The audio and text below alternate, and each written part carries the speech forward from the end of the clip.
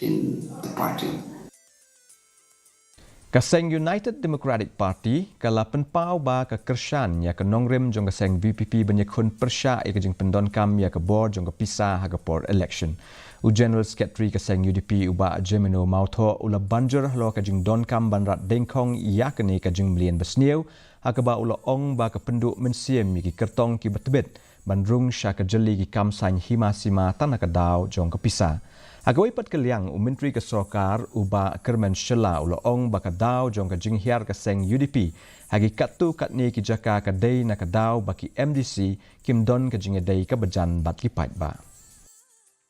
Duk mentaru kan ka bor pisah dan trekam ni. Tikidon ki jaka baka bor pisah trekam. Kidon ki jaka pada bakam trekam. Dikum bakalong mentah tangan keren beda kebasyai. Kajing mi juga BPP ru aku kaliang kaya rapi nomor ba kalong Pyrshah ya kajing trekam juga bor pisah. Kata te kalong kebasyai kita rumah. Kidon ki bayakun ki parti juga pendon kam juga bor pisah ru kilem.